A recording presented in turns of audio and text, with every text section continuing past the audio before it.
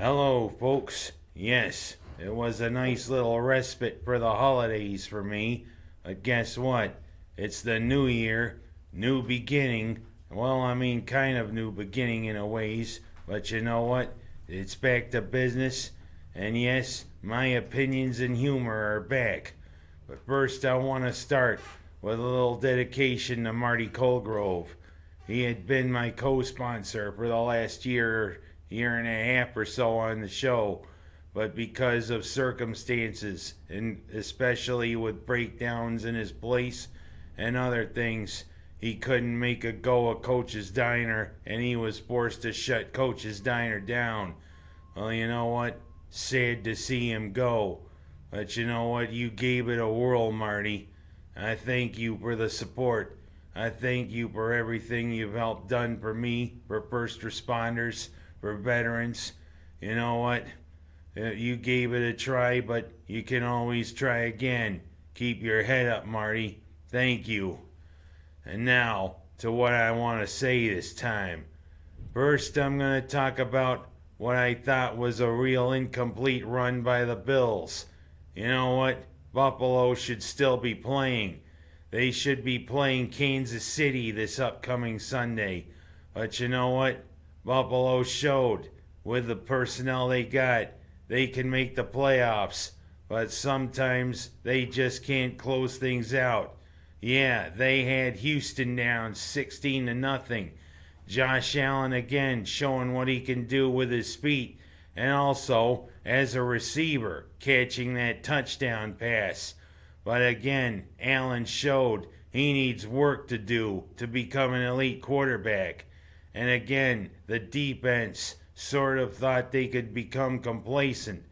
But J.J. Watt, playing for the first time in 2 months, came off the bench and showed why he's a dominant defensive end.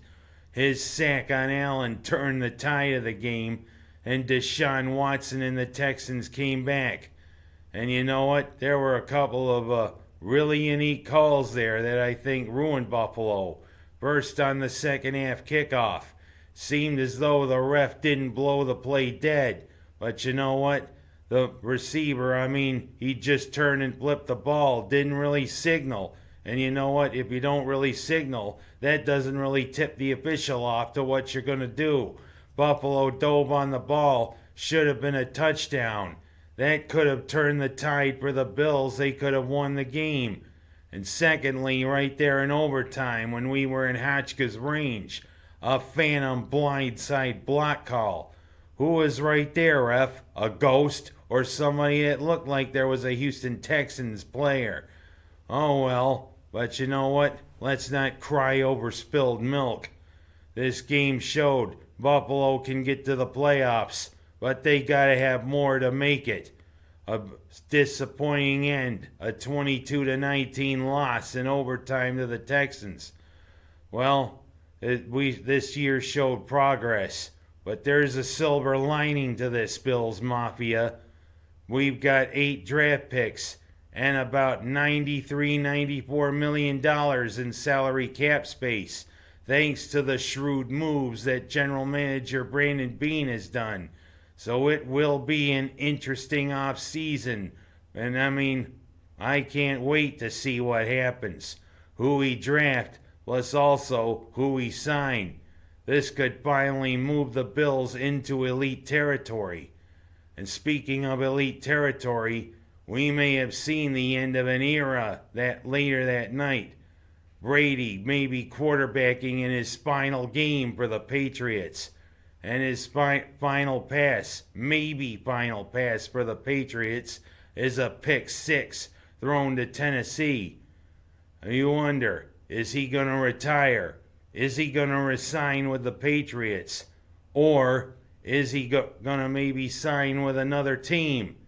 You know what? Other teams may be licking their chops having Brady as someone there to guide someone new.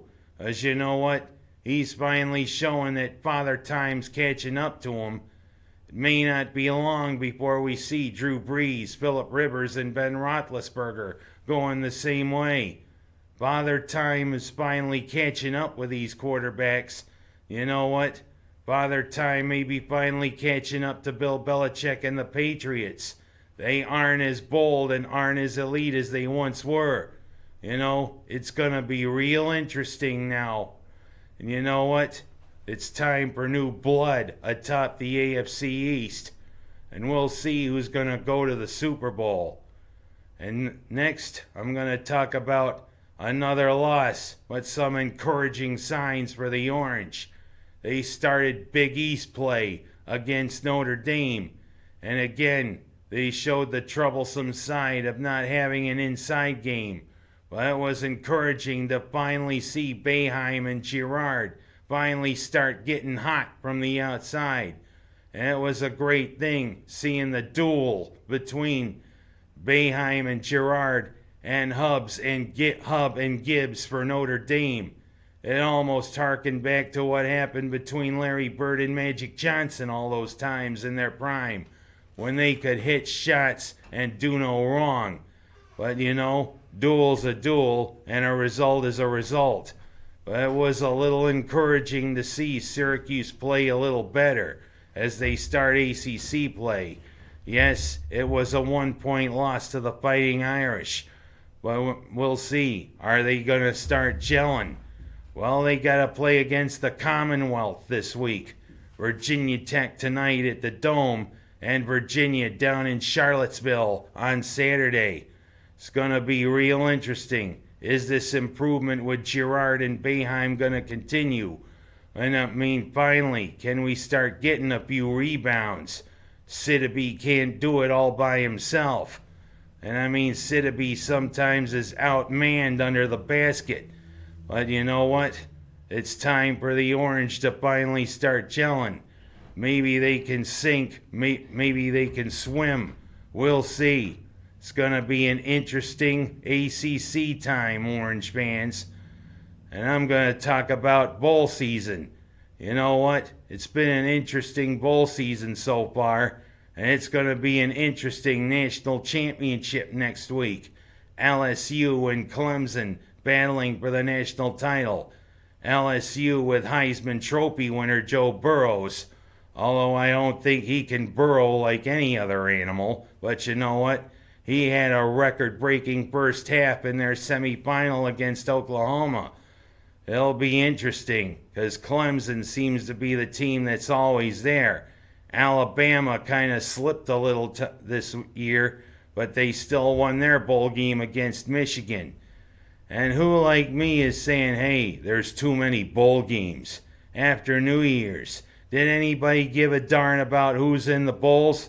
Did anybody watch Tulane and Southern Mississippi? Did anybody watch Ohio and Nevada? Did anybody watch last night with the Ragin' Cajuns and the Red Hawks? You know what? Bowl games should kind of put a halt after January 1st.